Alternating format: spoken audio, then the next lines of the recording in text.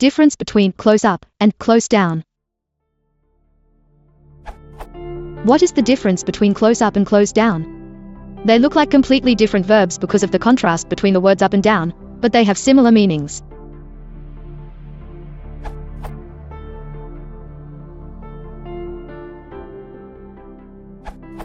There are many idiomatic usages where one word or the other is normally used, but the other would be understood to convey the same meaning.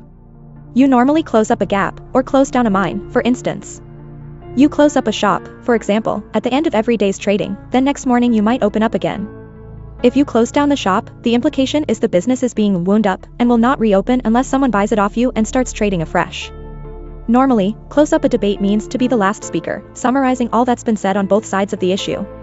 On the other hand, if you close down the debate, that means you, the chairman, for example, unilaterally end the debate by formally ruling out any further discussion.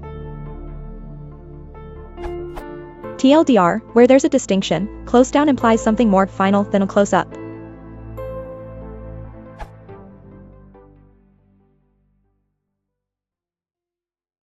If you want to support the channel, please consider liking and subscribing.